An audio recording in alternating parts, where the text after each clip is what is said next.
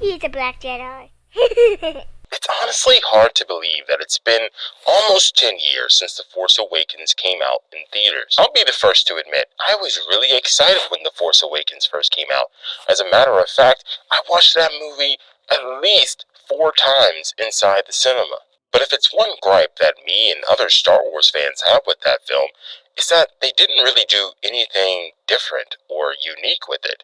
However, I didn't hate the movie, and I thought that, hey, maybe this is a promising start to something that'll actually be pretty good as a trilogy. Boy, was I wrong.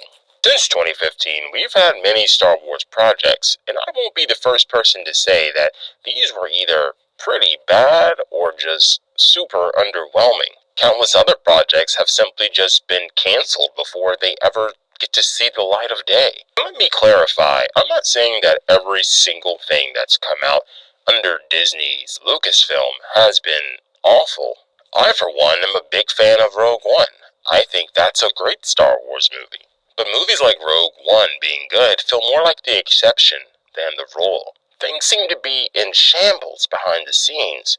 Countless projects being canceled. Writers, directors leaving the projects halfway through as if they can't get along with Lucasfilm. And then there's Kathleen Kennedy, who, let's be fair, most Star Wars fans just do not like. I think after 10 years, it's safe to say Kathleen Kennedy isn't going anywhere. Another terrible decision that Lucasfilm is making is bringing back the character of Rey. This move by the people making Star Wars proves that they don't care about how most fans feel about the character. Or perhaps, even worse, they don't know how most fans feel. Either way, if the last 10 years have taught us anything, it's that Star Wars is effectively over. At least, Star Wars as it once was. Scarily enough, I think that's how the people running things now want it to be.